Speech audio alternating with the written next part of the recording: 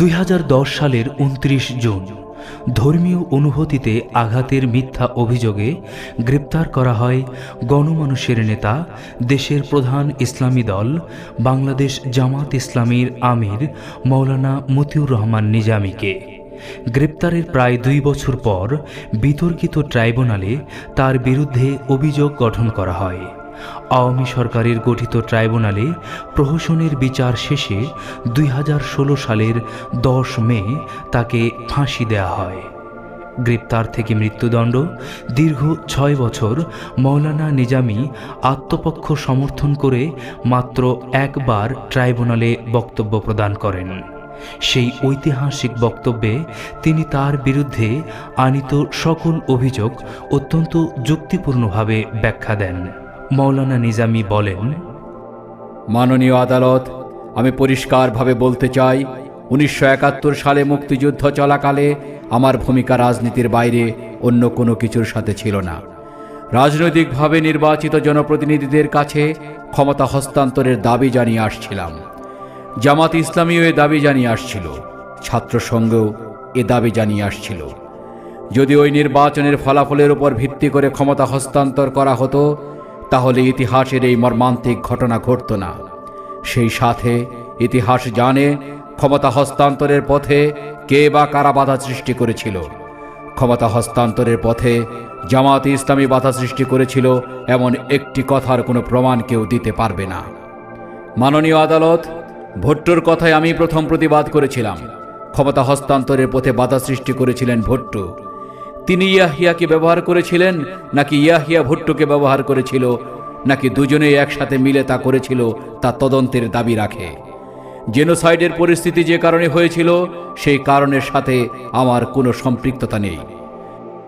ঘটনাক্রমে আমি সেই সময়ে অবিভক্ত পাকিস্তানের ইসলামী ছাত্র সংঘের সভাপতি ছিলাম।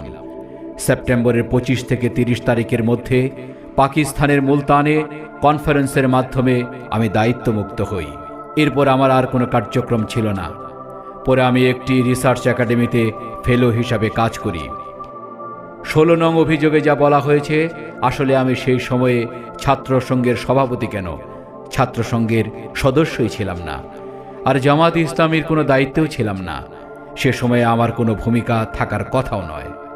আলবদর বাহিনীর প্রধান হিসাবে আমাকে বলা হয়েছে, কিন্তু চার্জে যেসব পত্রপত্রিকার এভিডেন্স হিসাবে দেখানো হয়েছে, তার কোনোটিতে আমাকে আলবদর বাহিনীর কমান্ডার, রাজাকার বাহিনীর কমান্ডার বা অধিনায়ক উল্লেখ নেই। চার্জ হিসেবে যে বই দেয়া হয়েছে, তার 36 নং পৃষ্ঠায় স্পষ্ট বলা হয়েছে, আগে যেটা আনসার বাহিনী ছিল, পরে তা রাজাকার বাহিনীতে রূপান্তর করা হয়।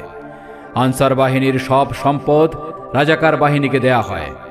আনসার বাহিনীর অ্যাডজুটেন্ট রাজাকার বাহিনীর অ্যাডজুটেন্ট হয়েছে। সেখানে যারা অফিসার ছিল, তারাই রাজাকার বাহিনীর অফিসার হয়। সেখানে আমার সেই বাহিনীর অধিনায়ক হওয়ার সুযোগ কিভাবে আসবে? আপনাদের তৈরি করা বই থেকেই প্রমাণিত হয় আমার অধিনায়ক হওয়ার সুযোগ ছিল না। আমার বিরুদ্ধে ফৌজদারি অপরাধের অভিযোগ আনা হয়েছে। আমি আমার নিজের বিবেকের কাছে পরিষ্কার, আল্লাহর কাছে পরিষ্কার, আমার রাজনৈতিক ভূমিকা ছিল, কিন্তু কোনো ধরনের অনৈতিক, মানবতা বিরোধী কোনো কর্মকাণ্ডের সাথে আমি জড়িত ছিলাম না। আল্লাহ আমাকে জড়িত করেননি। যেসব ঘটনা বলা হয়েছে, তার কোনো একটি আমার উপস্থিতিতে, আমার জ্ঞাতসারে বা সম্মতিতে হয়নি। আমি জানতামও না। মাননীয় আদালত, আমি বাবা মায়ের একমাত্র ছেলে, কিন্তু যুদ্ধকালীন সময়ে আমি বাবা মায়ের সাথে দেখা করতে একবারের জন্য বাড়িতে যাইনি, সেখানে অবস্থান করিনি। বৃহত্তর পাবনার কোনো এলাকায় তো দূরের কথা, আমার নিজের বাড়িতেও যাই নাই। সেই জায়গায় কয়েকটি কাহিনী বানানো হয়েছে।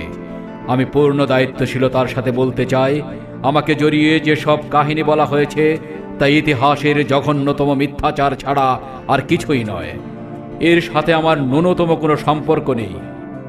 এখানে যেসব স্থানের নাম বলা হয়েছে, তার অনেকগুলো আমি চিনতামই না।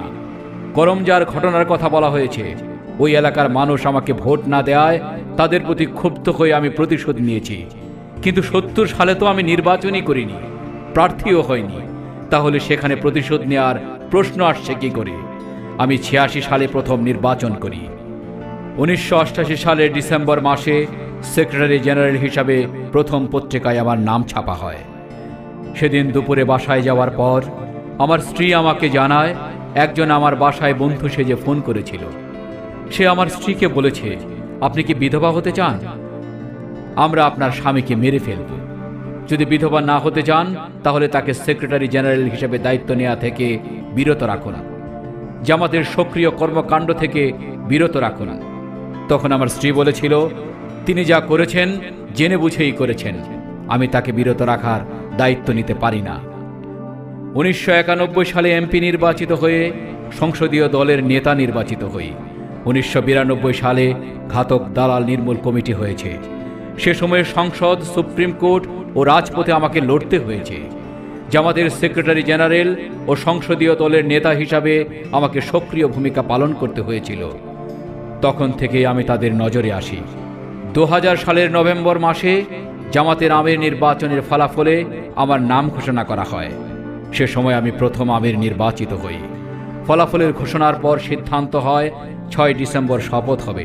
শপথের দিন কর্মজয় পুরাতন কবর থেকে হাড্ডি বের করে টেলিভিশনে প্রদর্শন করা হয়, আর এটা করা হয় নবনির্বাচিত আমিরকে বিতর্কিত করার জন্য। করমজার ঘটনা আগে কেউ আমার কানে দেয়নি। এই করমজা থেকে আমি 2001 সালের নির্বাচনে বেশি ভোট পেয়েছিলাম। সামরিক বেসামরিক সবার মধ্য থেকে বাছাই করেই 195 জনকে যুদ্ধাপরাধী হিসাবে চিহ্নিত করা হয়েছিল। তাদেরকে এখানে আনা হয়নি। মালেক মন্ত্রিসভার সদস্যদের এখানে আনা হয়নি। শান্তি কমিটির শীর্ষ পর্যায়ে বা জেলা পর্যায়ের নেতৃত্বে যারা ছিলেন তাদেরকেও এখানে আনা হয়নি। সবুর খানকে তো মরহুম শেখ মুজিবুর রহমান জেল থেকে আনতে নিজে গাড়ি পাঠিয়েছিলেন। রাজনৈতিক ভূমিকার কারণেই যুদ্ধাপরাধ বা মানবতা বিরোধী অপরাধের অভিযোগ আনার সুযোগ আছে বলে আমি মনে করি না। 195 জন যুদ্ধাপরাধীকে ছেড়ে দেওয়া হয়েছিল। আমি পত্রিকায় দেখেছিলাম ভুট্টোকে নেতৃত্বে টিকিয়ে রাখার জন্যই 195 জন যুদ্ধাপরাধীকে ছেড়ে দেওয়া হয়েছিল। ভুট্টোই জেনোসাইডের জন্য দায়ী। 1974 সালে ভুট্টো বাংলাদেশের রাষ্ট্রীয় মেহমান হিসাবে এসেছিলেন। তখন তাকে নজিরবিহীন সংবর্ধনা দেওয়া হয়েছিল। এত মানুষের ঢল নেমেছিল যে তাকে হেলিকপ্টার করে সাভার স্মৃতিসৌধে নিতে হয়েছিল। 2001 সালে মন্ত্রী হওয়ার পর তারা আরও বেশি ক্ষেপে যায়। তখন আমি তাদের বেশি নজরে আসি।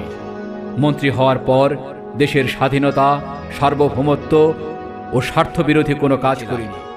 কৃষিমন্ত্রী থাকাকালে দেশীয় ফলজ বৃক্ষ উৎপাদনে পদক্ষেপ নিয়েছিলাম।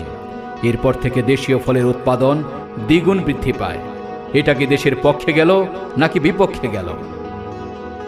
মাননীয় আদালত কোনো সরকারি শেষ সরকার নয়, দুনিয়ার কোনো বিচারই শেষ বিচার নয়। এই বিচারের শেষে আরেক বিচার আছে। সেখানে আমাকে, আপনাকে, সবাইকে দাঁড়াতে হবে। সবাই জানে এই বিচারের জন্য কিভাবে সাক্ষী জোগাড় করা হয়েছে, কিভাবে মামলার বাদী বানানো হয়েছে, কিভাবে তদন্তের নামে প্রতিহিংসার রাজনীতি চরিতার্থ করার জন্যই এই বিচার করা হচ্ছে। মাননীয় আদালত, আপনি এখানে আসার আগে হজ করেছেন। হজের সময় আপনি প্রিয় নবী মুহাম্মদ রাসূলুল্লাহ সাল্লাল্লাহু আলাইহি সাল্লামের রওজায় সালাম দিয়েছেন। আমি রাসূলুল্লাহ সাল্লাল্লাহু আলাইহি সাল্লামের 2টি হাদিস উল্লেখ করেই বক্তব্য শেষ করছি। প্রথম হাদিসটি হচ্ছে, একজন মানুষ মিথ্যাবাদী হওয়ার জন্য এটাই যথেষ্ট যে তিনি যেটা শুনল সেটা বলল। রাসূলুল্লাহ সাল্লাল্লাহু আলাইহি সাল্লাম কথার ভিত্তিতে বলা যায়, শোনা কথা মামলার এভিডেন্স হতে পারে না। দ্বিতীয় হাদিসটি হচ্ছে, বিচারকরা 3 শ্রেণীর হয়। 1, হক উদ্ঘাটন করে উপলব্ধি করেন এবং হকের পক্ষে রায় দেন, তারা জান্নাতি। 2, হক বুঝবেন কিন্তু রায় দিবেন বিপরীত, তারা জাহান্নামী। 3, না বুঝে রায় দেন, তারাও জাহান্নামী। আমি প্রাণ খুলে দোয়া করব আপনি প্রথম শ্রেণীর বিচারকদের কাতারে শামিল হবেন, দ্বিতীয় বা তৃতীয় কাতারে শামিল হবেন না।